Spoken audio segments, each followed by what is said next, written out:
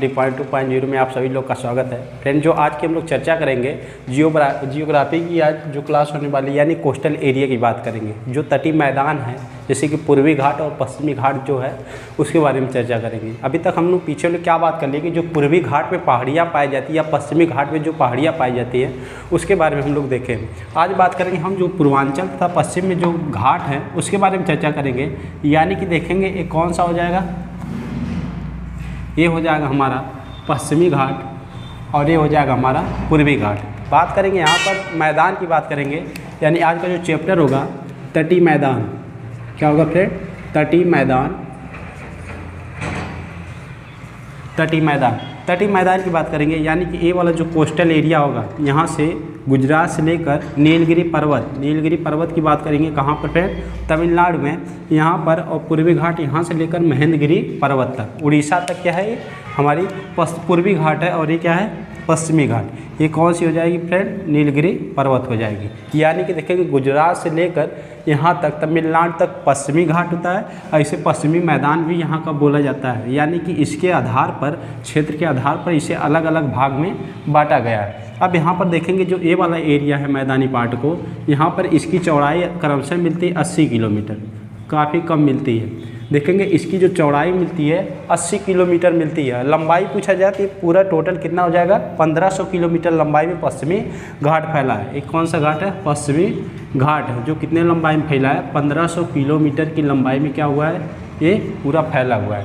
लंबाई की बात करेंगे 1500 किलोमीटर और इसकी चौड़ाई अत्यंत क्या है? कम है, क्योंकि यहाँ पर नर्मदा, ताप्ती जैसी छोटी नदियाँ इधर प्रवाहित होती है। यानी कि प्रायद्वीपीय भारत की छोटी छोटी नदियाँ और जो इन्हें कम यहाँ से विस्तार कर पाती है, जबकि इधर की जो पूर्वी प्रवाहित नदियाँ होती हैं क्या करती हैं?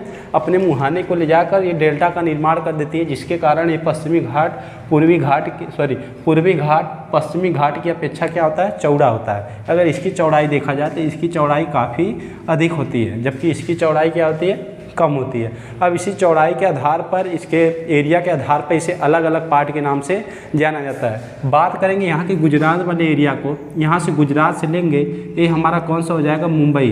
गुजरात से लेकर मुंबई तक के एरिया को क्या कहा जाता है फ्रेंड? याद रखेंगे गुजरात से लेकर मुंबई तक के एरिया को गुजरात तट के नाम से जाना जाता है। गुजरात तट के नाम से जाना जाता है, गुजरात तट के नाम से जाना जाता है। तथा मुंबई और गोवा, याद रखेंगे मुंबई और गोवा, यहाँ पर हो जाएगा हमारा गोवा। मुंबई और गोवा के तट को क्या बोलते हैं? कोंकण। कौन सा फ्रेंड? कोंकण तट, कोंकण तट। उसके बाद गोवा से बात करेंगे, यहाँ पर हमारा हो जाएगा मंगलौर। कर्नाटक में है स्थान मंगलौर। मंगलौर की बात करेंगे, गोवा से लेकर मंगलौर तक के स्थान को कन्नड़ तट के नाम से जाना जाता है।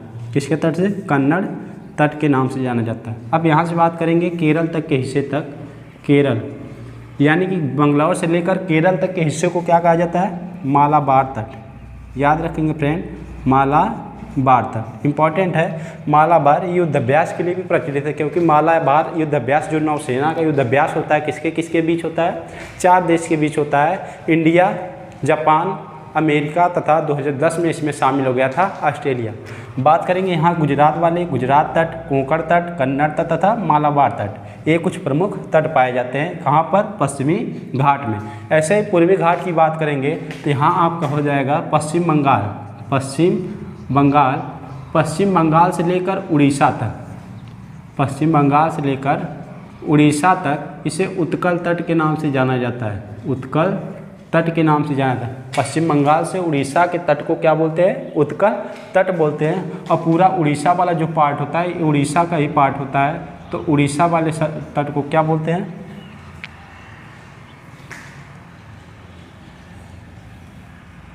इसको बोलते हैं उत्तरी सरकार तट। उत्तरी सरकार तट, ठीक है फ्रेंड। आंध्र प्रदेश तक आता है। अब आंध्र प्रदेश से पूरा यहाँ तक बोल देते हैं, इसे बोलते हैं कोरोमंडल तट। कोरोमंडल तट। यानी कि देखेंगे पश्चिम बंगाल से उड़ीसा तथा आंध्र प्रदेश की सीमा तक लगता है, कौन सा हो जाएगा, उत्कल तट आ जाएगा। और आंध्र प्रदेश और उड़ीसा के बीच के क्षेत्र को उत्तरी सरकार और आंध्र प्रदेश तथा तमिलनाडु के बीच के क्षेत्र को ही कौन सा हो जाएगा फ्रेंड, तमिलनाडु की बात करेंगे। यानी कि उड़ीसा से लेकर आंध्र प्रदेश से तमिलनाडु के बीच के क्षेत्र को कोरोमंडल तट कहा जाता है। याद रखेंगे फ्रेंड, यहाँ पर क्या होता है, क्वेश्चन बनता है कि मतलब शुरुआत में जो यहाँ से मानसून बनता है, यानी कि बात करेंगे मानसून की, यहाँ कौन सी भारत में मानसून बनता है, यहाँ दक्षिण ये पश्चिम दिशा हो जाएगी, तो कौन सा हो जाएगा, दक्षिण पश्चिम मानसून। यानी कि शुरुआती दौर में जो वर्षा कराती कावेरी बेसिन क्षेत्र में, यानी कि दक्षिण पश्चिम मानसून के कारण यहाँ वर्षा कराएगा। फिर जब ऐसे घूम के वापस आएगा मानसून, यानी कि शुरुआत में मालाबार तट पे शुरुआती मौसम में क्या होती है, वर्षा होती है। फिर उसके बाद लौटते हुए मानसून से किस तट पे होगी, कोरोमंडल तट पर होगी। क्वेश्चन बनता है किस लौटते हुए होती है, तो कोरोमंडल तट इसका क्या होगा, राइट आंसर होगा। इसके बाद हम लोग देख लेते हैं कुछ द्वीप समूहों के बारे में। यानी देखेंगे यहाँ पर क्या होते हैं, अंडमान तथा निकोबार। यहाँ पर क्या है, बंगाल की खाड़ी में जो अवस्थित क्या है, भारतीय द्वीप है। इसके बाद बात करेंगे यहाँ पर जो अरब सागर में स्थित है, कौन सा हो जाएगा, लक्षद्वीप हो जाएगा। दोनों की चर्चा एक एक करके देखते हैं, जो वहाँ से इंपॉर्टेंट क्वेश्चन बनता है उसके बारे में भी हम लोग चर्चा करेंगे, ठीक है। आगे कौन सा हो जाएगा फ्रेंड, अंडमान। ये भी बात करेंगे हम लोग अंडमान, यानी कि देखेंगे अंडमान और निकोबार दो अलग अलग द्वीप हैं, इनके बारे में देखते हैं। तो ये हमारा हो जाएगा इधर वाला क्षेत्र, यहाँ ये पूरा क्षेत्र हो जाएगा म्यांमार। क्या हो जाएगा फ्रेंड, ये हो जाएगा म्यांमार बात करेंगे। यहाँ पर हमारा ये हो जाएगा उत्तरी अंडमान,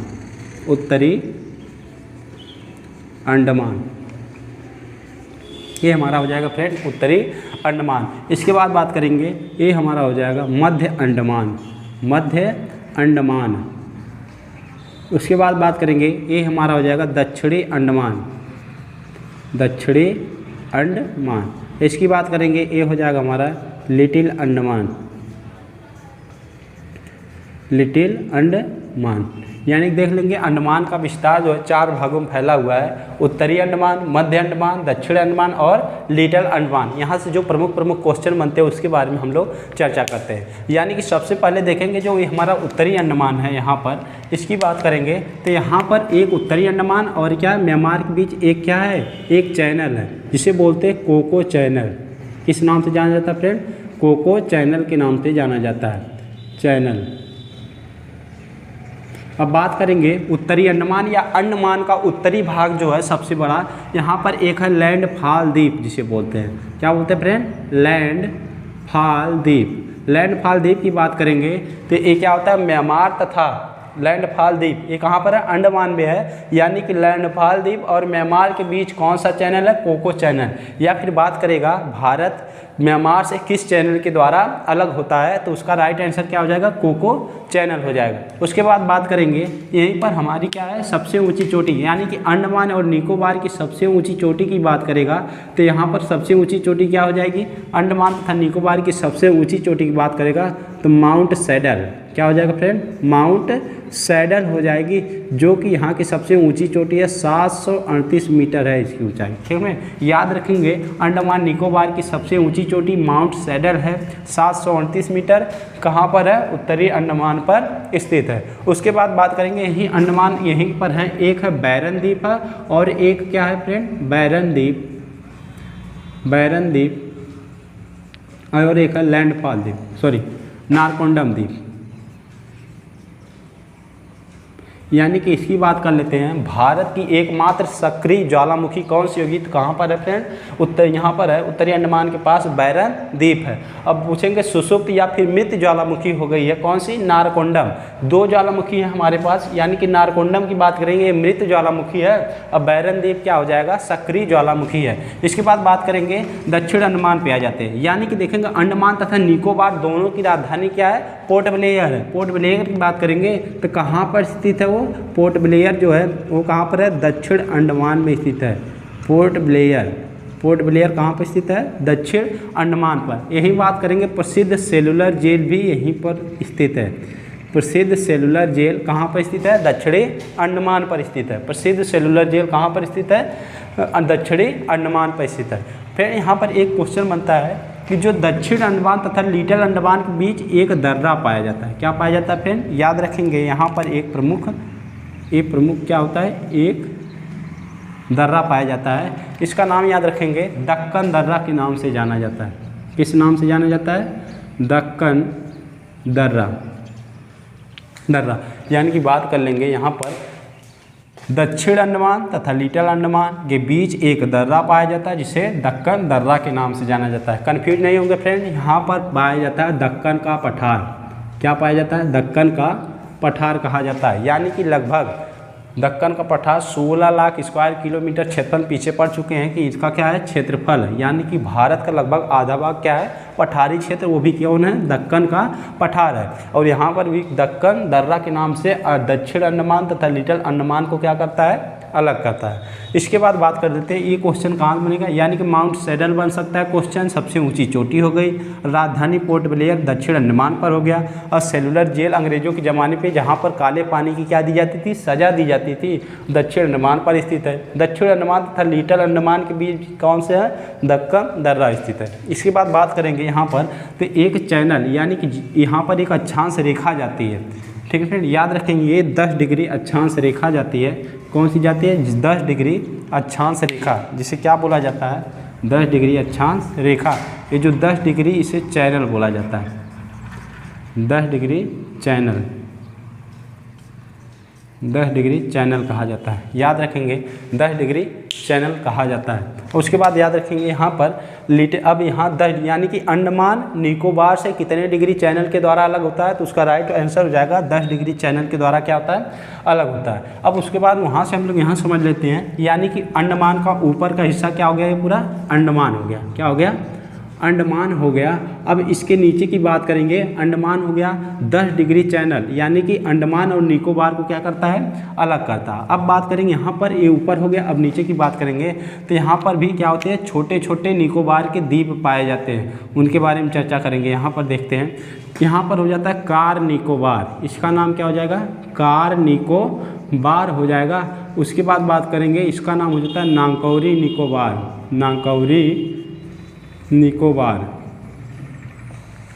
उसके बाद बात करेंगे यहाँ पर, इसे बोलते हैं दक्षिणी निकोबार। दक्षिणी निकोबार बोलते हैं। इसके बाद इसको बोलते हैं बृहद निकोबार। बृहद निकोबार, यानी कि हम लोग 4 द्वीप, जैसे अंडमान निकोबार अंडमान में पढ़े, वैसे 4 द्वीप कहाँ पढ़ेंगे? निकोबार में पढ़ेंगे। तो इसका सबसे उत्तरी जो द्वीप होता है, जो किससे अलग होता है? अंडमान से अलग होता है, इसे कार निकोबार कहा जाता है। उसके नीचे बात करेंगे तो नांकौरी हो जाएगा। उसके नीचे दक्षिणी निकोबार हो जाएगा। और उसके नीचे बात करेंगे तो बृहद निकोबार हो जाएगा। इसकी बात करेंगे, यहाँ पर एक ग्रेड बृहद निकोबार है। यहाँ की निकोबार की सबसे ऊँची चोटी की बात करेगा तो सबसे ऊँची चोटी यहाँ की क्या हो जाएगी? माउंट थुलियर हो जाएगी। माउंट थुलियर बात करेंगे, इसकी सबसे ऊंची चोटी की बात करेंगे तो क्या हो जाएगी? माउंट थुलियर हो जाएगी, जो 642 मीटर है। यानी कि देखेंगे, जबकि माउंट सैडल की ऊंचाई 738 मीटर है, और जबकि माउंट थुलियर की जो ऊंचाई है 642 मीटर है। इसके बाद बात करते हैं, यहाँ पर क्वेश्चन बनता है फ्रेंड कि जो भारत का सबसे दक्षिणतम बिंदु है, यानी कि 6 डिग्री 4 मिनट को जो टच करता है, वो कहाँ से जाता है? बृहद निकोबार से होकर जाता है। कहाँ से जाता है? याद रखेंगे, कहाँ से जाता है? बृहद निकोबार से जाता है। 6 डिग्री 4 मिनट, यानी कि अक्षांश रेखा जो भारत का सबसे दक्षिणतम पॉइंट है, इंदिरा पॉइंट। याद रखेंगे कौन सा है? इंदिरा पॉइंट। सबसे दक्षिणतम बिंदु कौन सा हो जाएगा? इंदिरा पॉइंट हो जाएगा। इंदिरा पॉइंट कहाँ से होकर जाता है? तो बात करेंगे, ये दक्षिण बृहद निकोबार से 6 डिग्री 4 मिनट को टच करके क्या होती है? जाती है। यानी कि हम लोग बात कर लिया अंडमान तथा निकोबार, जो भी वहाँ से इंपॉर्टेंट क्वेश्चन बनने वाले थे ये बन गए। यानी कि इसकी बात करेंगे किस सागर में है या किस खाड़ी में है, तो अरब की खाड़ी में हो जाएगी। अगले की बात करेंगे लक्षद्वीप की बात करेंगे, यानी कि लक्षद्वीप कहाँ पर स्थित अगर देखा जाए तो लक्षद्वीप हमारा एक अरब यहाँ हो जाएगा, अरब के सागर में स्थित है। कहाँ पर स्थित है? अरब सागर में। अब इसके बाद लक्षद्वीप की बात कर लेते हैं। तो लक्षद्वीप की जब बात करेंगे तो ये हमारा किधर हो जाएगा? इधर साइड। यहाँ पर भी छोटे छोटे क्या पाए जाते हैं? द्वीप पाए जाते हैं। अब इसकी भी चर्चा कर लेते हैं हम लोग सबसे पहले। ठीक है फ्रेंड। अब बात करेंगे यहाँ पर जो द्वीप है, ये छोटे छोटे द्वीप पाए जाते हैं, यानी कि ये क्या है कि ऐसा केंद्र शासित प्रदेश है जो क्षेत्रफल तथा जनसंख्या दोनों की दृष्टि से सबसे छोटा राज्य है। बात करेंगे केंद्र शासित प्रदेश है।